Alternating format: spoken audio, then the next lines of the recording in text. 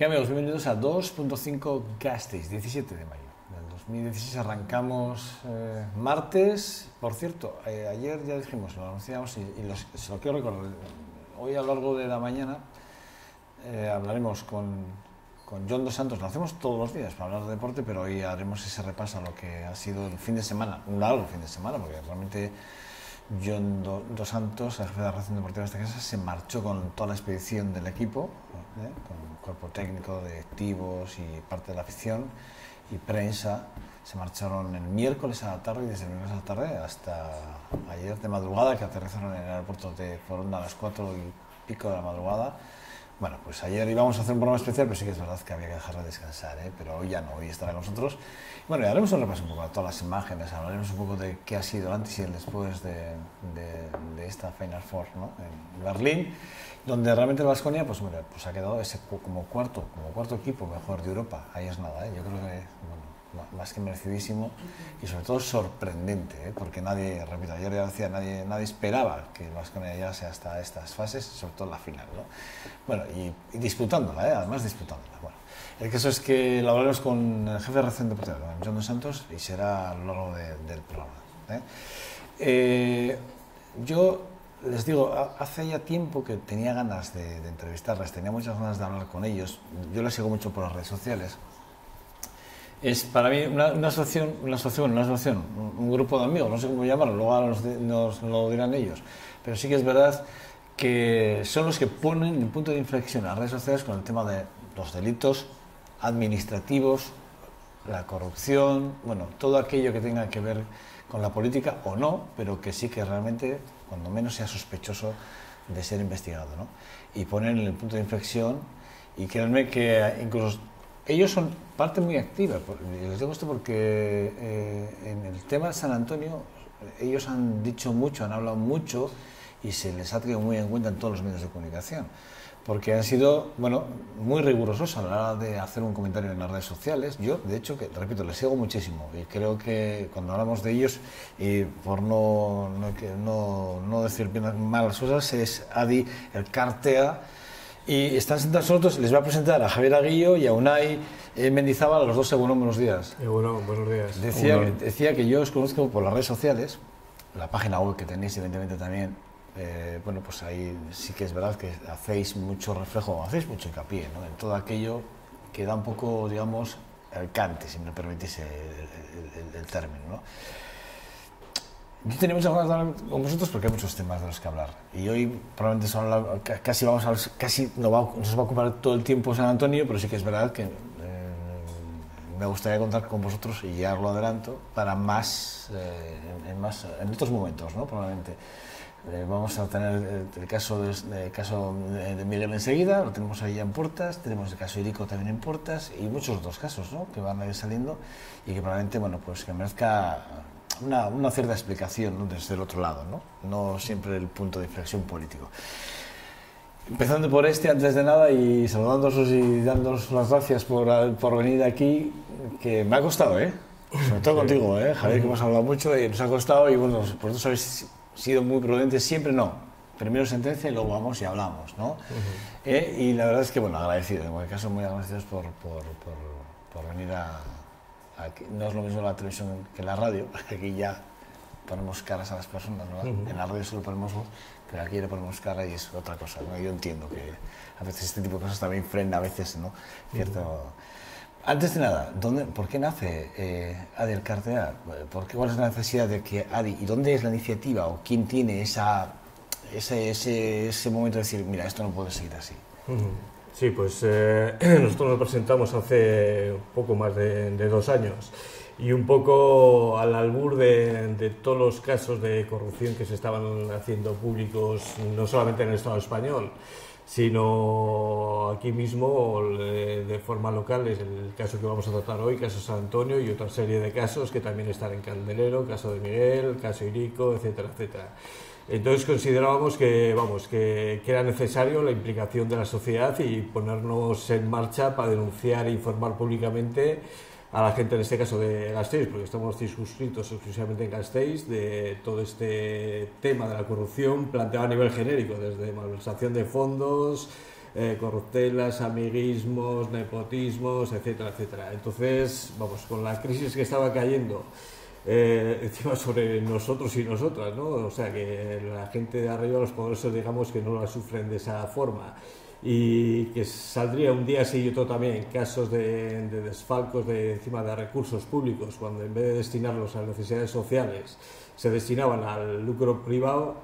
Nos decidimos gente que proveníamos de diferentes experiencias en diferentes movimientos populares, podríamos decir, a dar este paso y constituirnos como grupo con el objetivo ese de informar y denunciar, en este caso a nivel local, de casos que se están produciendo aquí en Vitoria-Gasteiz o en Araba. La pregunta es obligada, porque siempre que nace algún grupo, asociación, siempre ¿está politizada la formación, el grupo o no? ¿O realmente sois gente independiente que os habéis juntado simplemente porque tenéis esa inquietud de, a ver, qué pasa aquí, esto no puede seguir siendo? Que en cualquier caso es muy loable, pero bueno, es decir, ¿está politizado o no está politizado? No. Como órgano, no sé, como... Sí, pues en nuestro caso, como hemos dicho, provenimos de diferentes experiencias y de sensibilidades diversas. Después de las reuniones nuestras propias de los temas, hablando de la política en general, cada uno tiene su perspectiva, su opinión, etcétera, etcétera. Entonces, es el punto común que nos llevó a constituirnos, fue el tema de los casos de corrupción en su sentido más amplio. O sea, detrás no hay nadie, no hay ninguna sospecha, y es más, nosotros siempre estamos haciendo llamamiento a la ciudadanía en general para que sea partícipe de nuestras actividades y para impulsar la implicación de la misma como garante de que este tipo de hechos no sean permitidos, ¿no? Unai, tú, cuando estamos, habéis llegado y estamos con el tema de aquí, bueno, tal, hemos tenido información y tal, dice Javier, la parte jurídica, Unai. ¿Por qué la parte jurídica va para Unai?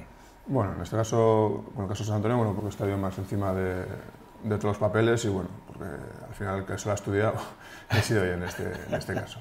Javier es más de ámbito más general y más amplio y bueno, pues un poco también porque nos repartimos también los papeles y lo que tenemos que hacer y bueno, por eso, sin más. Oye, desde el 2007, ya por hablar del caso en concreto, desde el 2007 aquí al 2015 ha cambiado muchas cosas, es decir, de pasar prácticamente por encima, bueno, nadie querer hablar de esto, estamos hablando de un empresario importante de la ciudad, estamos hablando de un grupo político que tenía mucho poder en ese momento, como era el de Alfonso Alonso, que repetía además dos legislaturas al frente del ayuntamiento, un tipo que, bueno, pues político que tenía un peso muy concreto. ¿Qué ha cambiado con el asunto de San Antonio? Porque sí que es verdad que poniendo las cifras encima sobre la mesa, ¿no? Lo primero que llama la atención es que un lugar que vale 2.600.000 o algo así, por hablar un poco de cabeza, se va a quedar al final con 7.600.000 euros, creo, ¿no?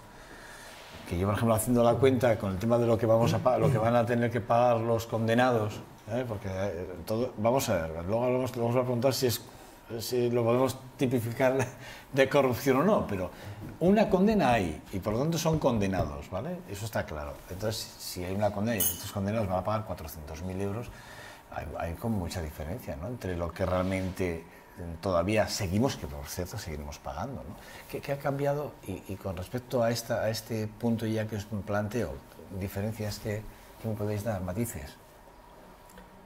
Hombre, pues nosotros cuando nos constituimos, digamos, sí que veíamos que fue un poco coincidiendo con el tema de la constitución de una comisión de investigación en el Ayuntamiento de Vitoria, ¿no? Entonces, eso, aparte de las labores de los grupos políticos de fiscalizar este tipo de casos, que nos parece que es su labor, pues queríamos implicarnos, como he dicho antes, y sacar a la luz para estos casos que hasta la fecha veíamos que se estaban produciendo sin ningún tipo de repercusión ni política ni social, ¿no? La gente, los políticos en este caso, en connivencia con los empresarios, hacían y deshacían a su antojo y aquí no pasaba nada, ¿no? Entonces sí que ha habido, bueno, en la construcción del propio grupo así lo demuestra, ¿no? Decir, mira, ya está bien, o sea, aquí vosotros sois elegidos para obedecernos a nosotros, los políticos, que tienen que estar para satisfacer las necesidades sociales de las personas y más aún cuando hay crisis, ¿no? Entonces yo creo que ese es un matiz fundamental a la vez también las respuestas que estaba viendo en el Estado y, por ejemplo, una referencia para nosotros ha sido o fue en su momento la gente de Navarra, que se constituyó en plataforma denunciando el desfalco que se produjo en la Caja de Ahorros de Navarra. Tremendo, entonces, el matiz de implicar socialmente, nosotros yo creo que somos fruto de eso, ¿no? Entonces, por ahí yo creo que es un matiz que hay que seguir potenciando, la implicación social para denunciar estos casos. Y después eso, que exigir a los responsables políticos su responsabilidad, que sea acorde con su labor, ¿no? Nosotros, cuando lo presentamos, hablamos también de un código ético para la gente que ejercía o que ejerce funciones de responsables políticas en instituciones, tanto políticos como técnicos, ¿no? Y ese código ético que dijimos que sería necesario impulsar, viene a decir un poco, venía a plantear el tema de responsabilidad en cuanto a la gestión transparente de los políticos, ¿no? Y en caso de que haya prácticas que no se correspondan con el beneficio o buscar la satisfacción de las necesidades sociales, pues revocar sus cargos de forma inmediata, ¿no? Y eso creo que es un punto de inflexión, sobre todo es la respuesta social que ha habido a todo este tipo de casos. Oye, Unai, decía, de 7.600.000, Antón lo compra por 2 millones y al año lo alquila el ayuntamiento por un contrato para 20 años y 7 millones al final de los 20 años. ¿Esto es usual? Es decir, ¿este tipo de contratos son normales y que además se financien las obras? Que se financian a un tipo de interés determinado, claro. El tema de las obras no es nada habitual, ¿no? Que el ayuntamiento sea el que le adecue el local, porque hay que recordar que es un local en estado de obra, que no había nada porque se había vuelto a rehacer ladrillo. La vivienda. Y entonces eso no es nada habitual. Luego, sobre la duración, bueno, hay un precedente con José Ángel Cuerda, que es el edificio de San Prudencio, creo recordar, que también que era urbanismo, ¿no? Sí, que también tenía una vigencia de 20 años, bueno, que de hecho este último año va a estar vacío y se sigue pagando. Se va a seguir pagando. Pero bueno, en el caso de San Antonio, bueno, lo realmente inusual es que sin que hayan acreditado una necesidad de realizar ese alquiler, pues que lo alquilaron, ¿no? Lo alquilaron además a esos precios y sobre todo a la exigencia de ganancia del empresario, ¿no? Al final el ayuntamiento lo que hace es se pliega a lo que Gonzalo Antón pide y es lo que le dan, ¿no? Ayer me sorprendió... No, perdona, ¿qué va? No, y encima en el contexto de que es final de legislatura, que ya falta muy poco para que se acabe la legislatura y el ayuntamiento se está atando para las próximas 5 legislaturas, ¿no? En un alquiler que en aquella época ya no estaba claro para qué iba a servir o para qué iban a servir esos locales. ¿Os sorprende os han sorprendido las declaraciones de Germán Otto después de la sentencia? Hombre, yo creo que eso está un poco acorde con cada vez que le pillan a alguien, sea político, empresario, lo que fuera, con las manos en la masa, pues siempre echa balones fuera, ¿no? Diciendo que o bien ha sido su asesor o que él no tenía nada que ver, que lo actuó en base a su... Pero él está hablando de los técnicos. Ayer lo oíamos en varios medios de comunicación, algunos cortes de voz, incluso en La Sexta le oíamos decir que ellos se acogieron a lo que decían los técnicos, pero nada más lejos de la realidad, ¿no? Sí, precisamente, bueno, hay que seguir un poco más el tema. Eso es una media verdad, porque se atienen a lo que les dice el director de Hacienda, que es la persona que negocia el contrato, pero no se atienen a lo que recomienda el Departamento de Urbanismo. Entonces, claro, la recomendación del Departamento de Urbanismo es una renta en concreto. Y lo que hacen es, pues, pasan de esa renta y ponen una renta mayor y esa diferencia pues tampoco la justifican de manera suficiente, ¿no? Entonces, ¿que han hecho caso a los técnicos? Pues a una parte de ellos.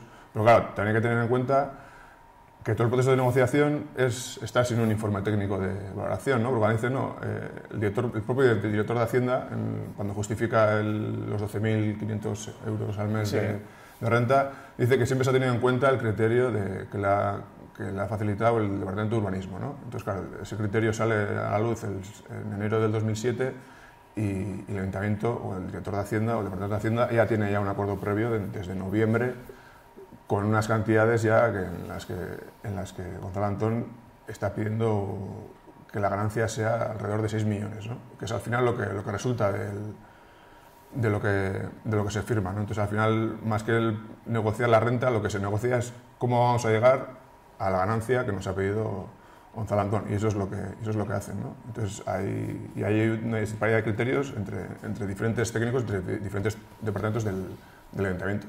Hay una pregunta que me ronda constantemente la cabeza en ese sentido. ¿Hay algún informe de los servicios jurídicos del ayuntamiento cuando ven ese contrato o no? Porque entiendo que ese contrato pasaría por los servicios jurídicos del ayuntamiento para ver si ese contrato se ajustaba de alguna forma, entendía yo, al acuerdo que se puede llegar entre institución y un empresario, ¿no? Ese contrato tiene todos los informes preceptivos pertinentes, los tiene hechos, la legalidad la cumple. La cuestión está en qué tiempo están hechos, ¿no? Porque claro, tú si dices en febrero que la renta tiene que ser tal, porque has tenido en cuenta que el urbanismo te ha dicho que la propuesta es de 10.000 y pico, de 12.000 y pico, pues claro, no es lo mismo, ¿no? No es lo mismo decir, una vez que ya se acordaba el precio, bueno, pues entonces hacemos el informe y decimos, no, ya hemos tenido en cuenta todo lo que nos han dicho anteriormente, ¿no? Y la realidad es que anteriormente no había nada de eso, ¿no? Entonces, sí están los informes, se incluye la legalidad, por así decirlo, pero en el tiempo, pues no será así. Es curioso. Hablabais ayer, yo leía en las redes sociales, hablabais de las mentiras de Javier Marto, y habláis de que no se archivó en ninguna denuncia penal, solo fue una petición formal del fiscal para que se investigara. ¿Esto es así?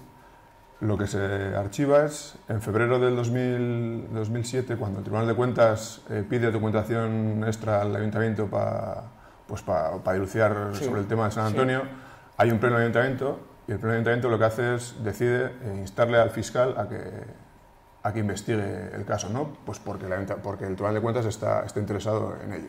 Entonces le trasladan eso al fiscal, esa petición, y el fiscal lo único que dice es que con lo que le han trasladado desde el pleno, pues que él no va a entrar, que él no ve delito en ello, que ya está el Tribunal de Cuentas además, que ya está Fiscalía y Tribunal de Cuentas allí. Así dice Aguirre, sí, correcto. Sí, esa nota que hace. Y eso es lo que archiva, ¿no?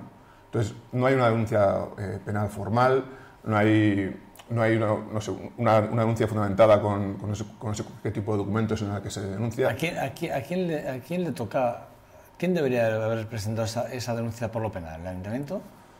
Bueno, ¿O cualquier el propio fiscal puede actuar de oficio si ve indicios suficientes de delito, podría actuar de oficio, o si no, los partidos, si ven que hay razón para que penalmente se persiga esto, pues también lo puede presentar, o incluso un ciudadano cualquiera también lo podría presentar, ¿no? Siempre que tenga indicios y que esté fundamentado y que esté documentado, pues bueno, podría instar a la vía penal. En principio, en teoría. Sí, Javier, sí. Sí, nosotros es más, en su momento ya denunciamos que, claro, solicitamos la información del expediente del caso San Antonio al Ayuntamiento, que nos fue denegado. Tuvimos que ir a un contencioso administrativo que nos dio la razón y nos dieron parte de la documentación. Hemos vuelto a solicitar más información, redundando un poco en el tema de las obras. Se nos ha denegado, estamos a la espera de que podamos tener acceso al mismo. Pero además solo lo han denegado directamente los técnicos, ¿no? En el último caso, sí. Sí. Yo porque como sigo mucho en las redes, sé que habéis hecho un comentario en ese sentido, que además yo también dije no puede ser. De todas formas, nos consta que ya les han pedido, ya se han llamado la atención y les han dicho que desde el equipo de gobierno, ¿no? Me consta que les han pegado un toque de atención para que esa documentación salga, ¿no? Y entonces, en principio, bueno, pues seguimos a la espera de su documentación y bueno, más o menos pues bueno, lo vamos viendo y según veamos que hace falta más, pues solemos ir pidiendo un poco más, ¿no? Con objeto de eso, que nosotros nunca hemos descartado tampoco la vía penal en este caso. Sí, entonces, claro, nosotros para poder valorar el caso práctico de llevarlo por la vía penal, eso necesitamos toda la información que podamos conseguir sobre el caso, estudiarla a fondo, sacar nuestras conclusiones y valorar en su momento si es factible esta vía o no. En el punto que nos encontramos, ¿cabe la vía penal? O sea, ¿se puede abrir una vía penal ahora mismo? ¿Se podría abrir en caso de que hubiesen indicios y pruebas suficientes? con esta condena, en realidad, la situación del contrato no varía. Serán las mismas condiciones para impugnarlo como cuando se firmó que ahora, ¿no? Esta condena lo que hace es condenarles a ellos a pagar un dinero en función de que, bueno, han hecho un menoscabo a las arcas municipales, una mala gestión, por no decirlo de alguna forma, y lo que sí que pasa es que de alguna forma el Ayuntamiento de Vitoria-Gasteiz, que tiene ese menoscabo, si ahora el dinero revierte en las arcas, yo lo que pregunto es, el contrato sigue en vigor, pero no hay nadie que pueda decir, oiga, no, vamos a ver, si hay una sentencia que dice que el contrato de alguna forma ha hecho un menoscabo, ese contrato no está bien. No sé si me explico. Quiero decir, yo creo que ese contrato no puede ser válido de alguna forma. Yo creo que lo decía el otro día en las redes sociales, lo explicaba claramente. Y alguien me contestaba y me decía, no se puede hacer nada, el contrato es el que es. No, el contrato sigue siendo el mismo. Y las razones por las que rescindí el contrato son las mismas que cuando se firmó. Esto al final no le supone un plus de lesividad al contrato. El contrato era lesivo desde el principio y sigue siendo lesivo. El tema es que, bueno, que ahora se ha demostrado que en el periodo en el que el Tribunal de Cuentas dice que es hasta el cambio de condiciones con Antonio en el 2013, pues en ese periodo pues que ahí se produjo un menoscabo, pues porque no se tuvieron en cuenta ciertas cosas que se ponían en el contrato. Y hablas de la revisión cuando llegaron a un acuerdo el empresario y el señor Javier Maroto en una reunión que tuvieron los dos, que por cierto no ha trascendido nunca nada de lo que pasó en esa reunión, ni el por qué el señor empresario decide bajar ciertas condiciones, ¿no? Bueno, ¿A eso te refieres, a ese punto? Él dice que no lo puede decir. Sí, en dice de comunicación escrita dijo que no lo iba a decir. Que no lo puede decir. No es que no quiera, sino que él dice que no lo puede decir. Y no, es un poco... Para nosotros no es suficiente la condena del Tribunal de Cuentas porque al fin y al cabo no varía nada en el contrato. Lo mantiene tal como está, ¿no? Porque el Tribunal de Cuentas no entra a valorar cómo se negoció y cómo se llega a esa renta, ¿no? El Tribunal de Cuentas lo que valora es que una vez firmado, pues bueno, que a la hora de hacer los pagos, pues se han hecho los pagos de manera errónea y que a esa renta que se paga desde el principio, pues que se paga mal, ¿no? Porque no se han tenido en cuenta pues diferentes causas que se han puesto desde el principio en ese contrato. Entonces, nosotros básicamente por eso no es suficiente esta condena y es por dos razones objetivas. Una es porque a pesar de la condena los que hicieron ese contrato lo siguen defendiendo de manera vergonzosa, lo siguen defendiendo y siguen defendiendo que hicieron bien y que incluso en la propia comisión de investigación del Ayuntamiento se atrevieron a decir que lo volverían a repetir, que por ellos que lo volverían a firmar. Y tampoco es suficiente porque a nuestro modo de ver el favor a Gonzalo Antón no está en el hecho de que se le paga más o menos de lo que el Ayuntamiento el técnico del Ayuntamiento recomendaban, ¿no? Nosotros en definitiva el favor a Gonzalo Antón está en el mero hecho de alquilarle esos locales sin que el Ayuntamiento tuviera una necesidad real de hacerlo, ¿no? Entonces el verdadero trato de favor a Gonzalo Antón es pagarle la renta íntegra durante 20 años de esos locales, ¿no? Porque esos locales se suponía que iban a ser por una oficina de turismo, se suponía que había una necesidad imperiosa de ponerlos en marcha y la realidad es tozuda y eso y aquello fue mentira, no era verdad. La oficina de turismo siguió funcionando 2 años más, tuvieron el local parado 2 años sin utilizarlo y entonces toda esa necesidad, toda esa urgencia pues se viene abajo, ¿no? Entonces nosotros ahí vemos el trato de favor de verdad que se hizo a Gonzalo Antón ya en el 2007, ¿no? Y esto es una consecuencia, de esto del Tribunal de Cuentas, es una consecuencia que, bueno, que valoramos positivamente porque al final les pone nombres a los responsables, pero en vista de su reacción, en la cual dicen que incluso que esto no es corrupción, que aquí no ha pasado nada, que es prácticamente como irrelevante, pues ahí vemos de verdad que la vía del Tribunal de Cuentas pues que no es suficiente, no es suficiente. En el caso de que lo recurra, el alcalde ya ha dicho que bueno, pues que ellos no van a tragar. El alcalde de Vitoria-Gasteiz ha dicho que no va a tragar, lo cual quiere decir que de alguna forma está un poco, en ese sentido está un poco de nuestro lado, ¿no? Dice, bueno, o sea, creo que el barco está bien mandado, ¿no? Entonces el alcalde ha dicho que no, que recurran cada lo que quieran. El alcalde ha dicho Claro, ellos van a seguir peleando porque esa condena se mantenga. ¿Y vosotros?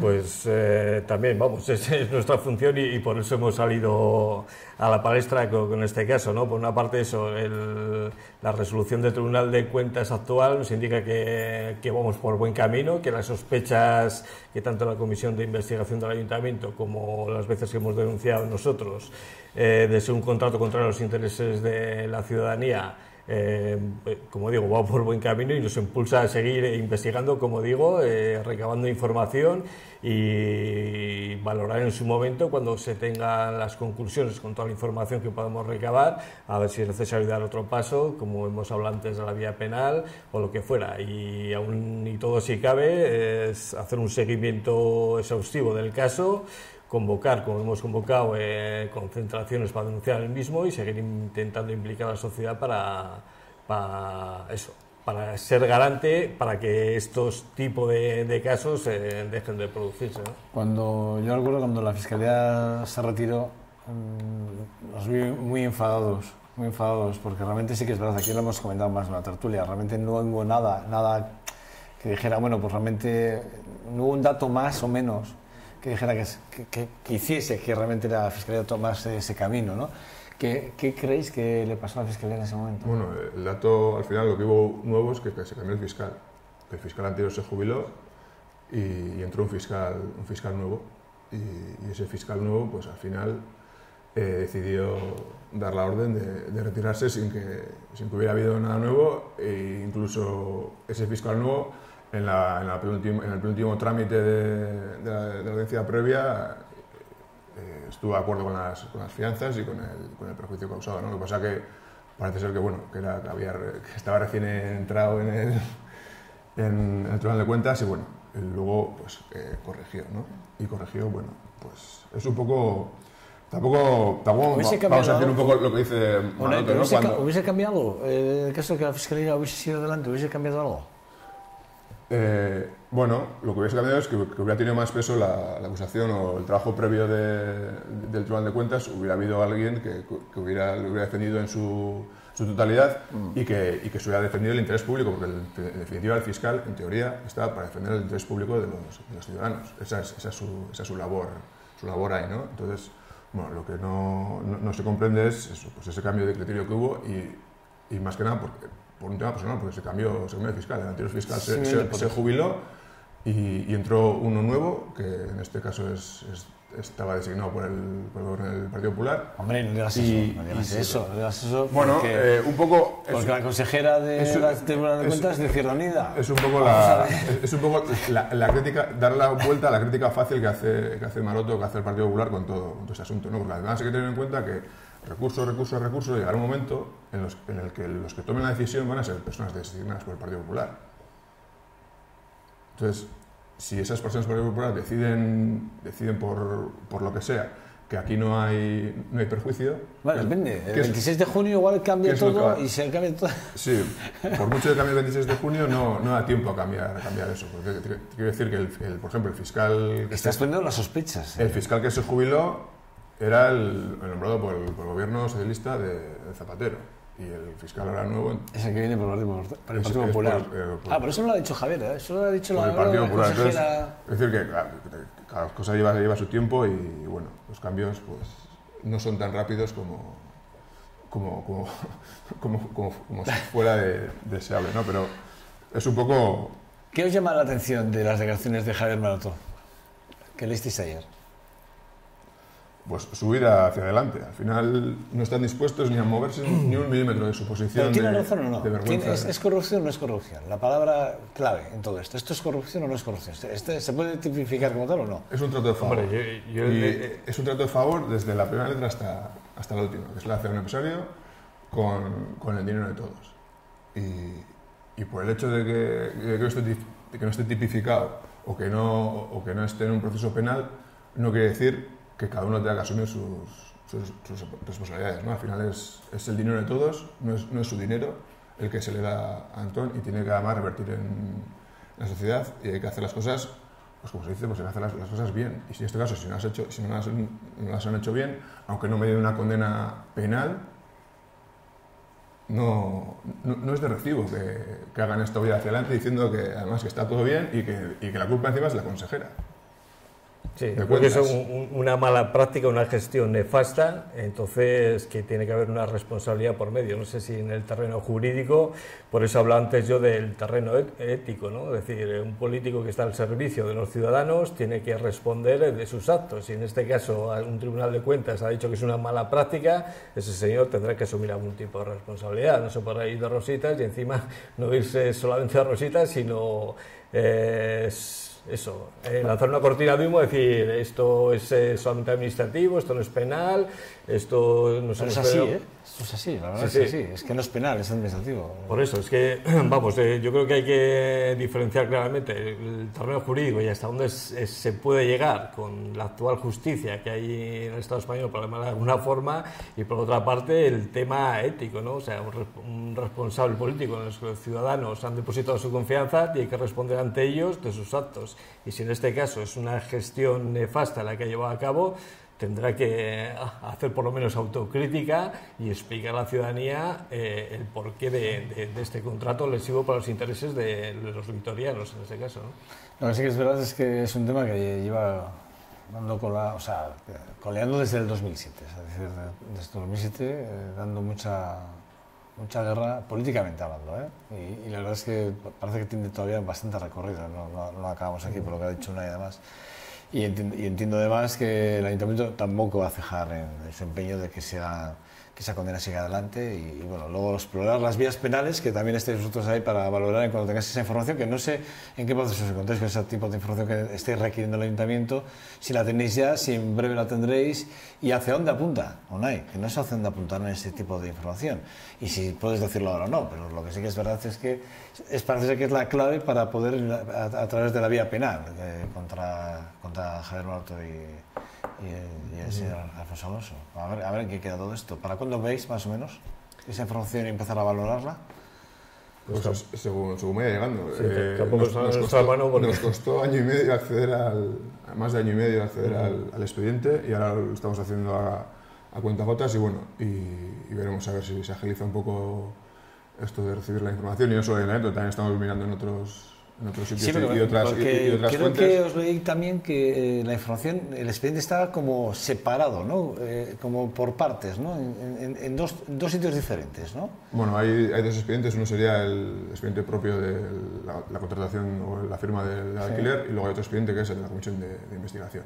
Entonces, todo lo que se vio en el expediente en la comisión de investigación. Entonces, bueno, hemos pedido acceso a esos dos expedientes. Y bueno, como hay que hacer una petición formal de documento a documento de qué es lo que queréis ver, qué es lo que no queréis ver y luego ellos también tienen que ver, porque no todo es accesible, porque bueno, hay que observar los datos personales y entonces bueno, pues ya lo vamos cogiendo y según lo vamos recibiendo, pues lo analizamos. Y luego lo que hagamos o lo que dejemos de hacer, pues el tiempo dirá.